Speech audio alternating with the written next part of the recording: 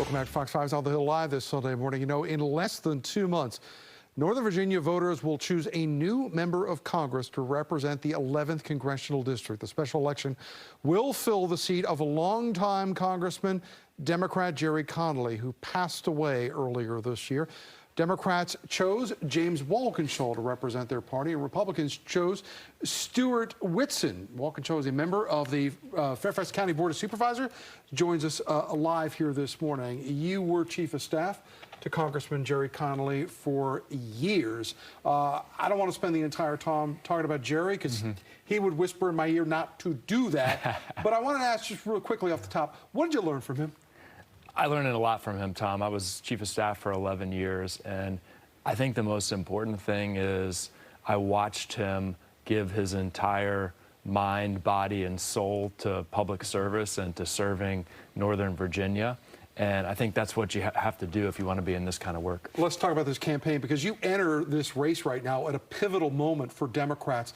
There is a tug of war going on in your party between old leadership and new leadership. You would represent new leadership, but as you go to fill this term, where do you stand on this issue, whether or not Democrats need to flip the page to a new generation? So I've been on a lot of different teams in my life and worked at a lot of different groups, and one of the things I've learned is there's value in having diversity in all ways, including diversity of age. I was on the Board of Supervisors with Supervisor Penny Gross, who was, she wouldn't want me to say this, but probably twice my age. And I learned a lot from her, and I think she learned something from me.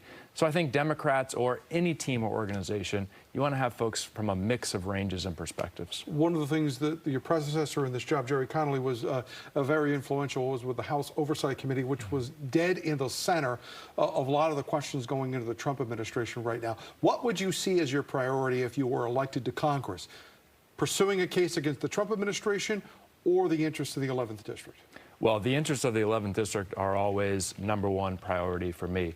I would hope to serve on the Oversight Committee, and that committee plays a key role in conducting oversight of any administration, including now the Trump administration, but also in adopting policies that can help federal workers do their jobs and accomplish their missions. And I would hope to do both. One of the big headlines this year is when the Trump administration announced it was shutting down the federal Department of Education. At the time, the administration said that they were going to give this money, to the states to do it better.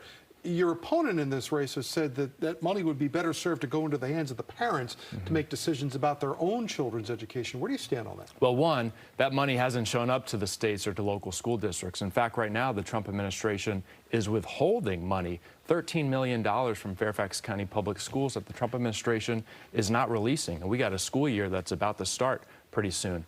The Department of Education has played a key role historically in conducting research to make sure that local school districts can, if they choose, adopt the most forward-looking science-based curriculums and approaches to teaching, and we're losing that with the Trump administration trying to shut it down. Not just in the 11th District, but regionally, the effects of layoffs in the federal workforce have had a big economic impact on this area, both if you look at Prince George's County, Montgomery County, Arlington, Fairfax, throughout our region.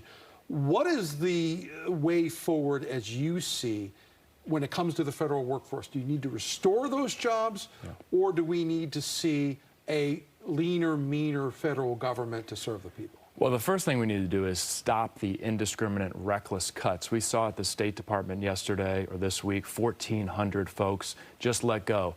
They're not identifying high performers versus low performers. They're just cutting jobs indiscriminately. That needs to stop. Moving forward, we need to rebuild a better federal government that can serve the American people even better. And I think in the post-Trump era, that's something that we need to do. Where do you stand on taxes? In your time as a Board of Supervisor member, you had been in some contentious debates over taxes, a meals tax, some property tax debates. Are people fed up with the amount of taxes that they pay for the federal government, now not seeing a return on that money that they're sending into Washington? Well, I think the reconciliation bill that just passed, the so-called big, beautiful bill, which is really anything but, was a missed opportunity to extend tax cuts to the middle class and to working families. We saw from this bill, someone in the 1% will get a $66,000 a year tax cut, whereas middle and lower income families get almost nothing. We're going to continue this conversation over on Fox Local after the top of the hour. James Walkinshaw is the nominee for the 11th District in Virginia.